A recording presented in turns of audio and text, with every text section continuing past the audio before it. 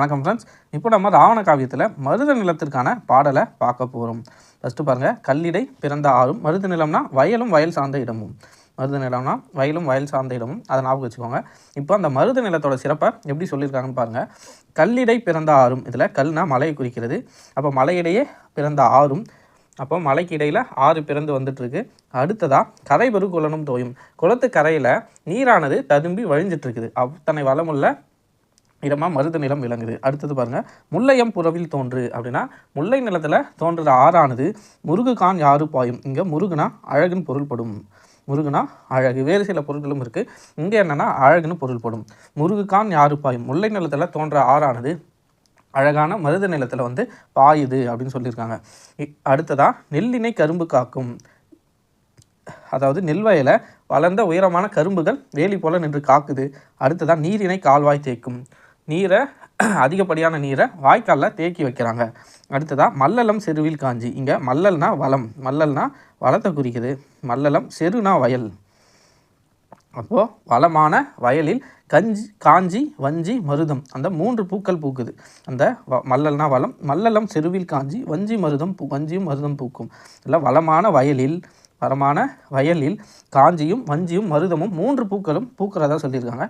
இதுவும் என்னென்னா தமிழக காண்டத்தில் இருக்கிற பாடல் 72வது பாடல். அப்போ மலையிடையே பிறந்த ஆறும், மலையிடையே ஆறு பிறந்து குளக்கரையில் நீரானது ததும்பி வழிஞ்சு போயிட்டுருக்குது. முல்லை நிலத்தில் தோன்றுற ஆறானது அழகான மருத நிலத்திலையும் பாயுது. அது மட்டும் இல்லாமல் நெற்பயிர்களை, அதாவது நெல் வயல்களை வளர்ந்த உயரமான கரும்புகள் காக்குது. நீரினை கால்வாய், அதாவது அதிகப்படியான நீரை கால்வாயில் தேக்கி வைக்கிறாங்க. அதுக்கு அடுத்ததாக வளமான வயலில் காஞ்சி வஞ்சி மருதம்னு 3 பூக்கள் பூக்கிறதா சொல்லியிருக்காங்க மருத நிலத்தில். அடுத்த பாடலை பாருங்கள், மறைமலர் குளத்தில் ஆடும் மயிர்த்தலை சிறுவர்.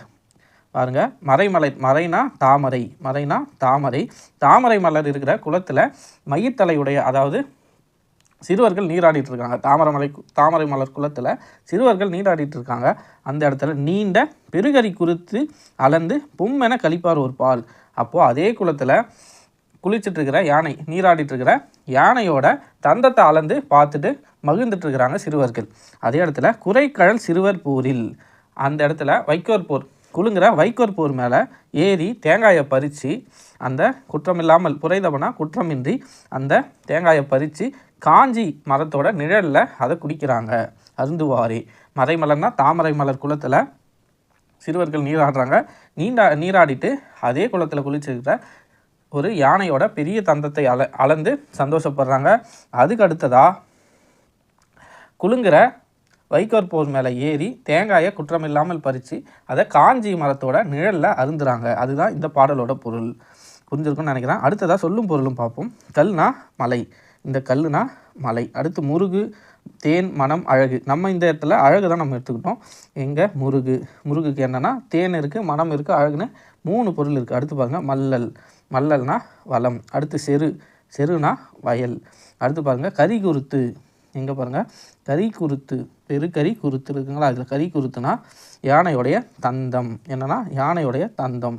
அடுத்ததாக போர்னா வைக்கோர் போர். எங்கே போர்னா போரில்னா வைக்கோர் போர், புரைதவனா குற்றமின்றி. இல்லைங்களா, இதுதான் முல்லை மருத நிலத்திற்கான பாடலுக்கான பொருள். அடுத்ததாக நெய்தல் நிலத்திற்கான பாடல் பொருளை அடுத்த வீடியோவில் சந்திப்போம். நன்றி.